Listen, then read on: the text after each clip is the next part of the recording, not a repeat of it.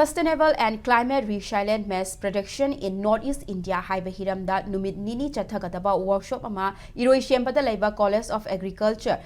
Central Agricultural University da hodokre workshop asi ICAR Indian Institute of Maize Research Ludhiana ge sponsorship makhada All India Coordinated Research Project AICRP on Maize College of Agriculture Imphal na sinduna pangthopani workshop hodokpagi thauram aduda CAU Imphal ki Director of Research Dr. Lalita Mohan Gharnayak na Northeast India da chujak ki gram plasm Chahum supna mangalay chujak sangam ama thabada supna dagi lupa lishing kun thadaraga tha ahum da sendong oina lupa lishing kuntra fangba fawwa ngammi haiki sujak asi mioi bagi chinjak oi bagi mathakta poultry amadi piggery gi fit oina su seasonai haiba wafam director asina phongdok laduna hauziki matam asida di makhal gi technology leirabani na chujak asi zero tillage ta fawwa thaba yare chujak makhal mayam asida ikang amadi ishing tungba mafam da fawwa resilient oina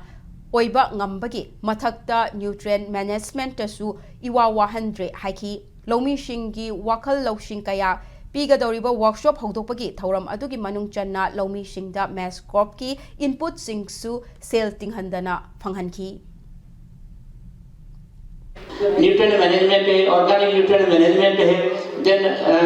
use of stress or drought tolerant variety है, these are also sustainable production system है, तो आपको sustainability production भी maize production को sustainable करने के लिए कुछ technology है, those things are also be adapted. So I think